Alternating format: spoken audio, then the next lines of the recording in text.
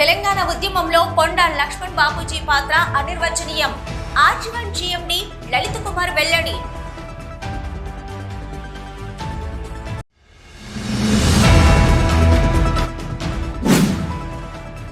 లాభాల వాటా విషయంలో గుర్తింపు సంఘం ఏఐటీయూసీని బదనం చేయాలని చూస్తే కార్మికుల్లో ఆ సంఘాలే పలుచనవుతాయి. ఏఐటీయూసీ అధ్యక్షులు సీతారామయ్య హితవు.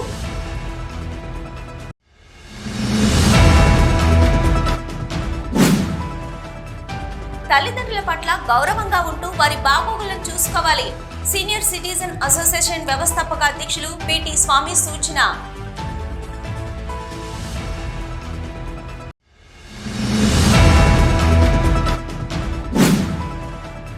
ఇల్లందు గెస్ట్ హౌస్ లో కాంట్రాక్ట్ కార్మికుల సంబరాలు.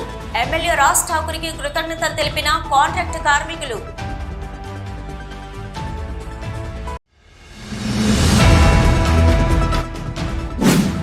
మా కష్టార్జితం దోచుకోవడం కాదు, సంస్థకు రావాల్సిన 30,000 కోట్లు బకాయిలు చెల్లించాలి. సిఐటియు రాష్ట్ర ప్రధాన కార్యదర్శి మంద నరసింహారావు డిమాండ్.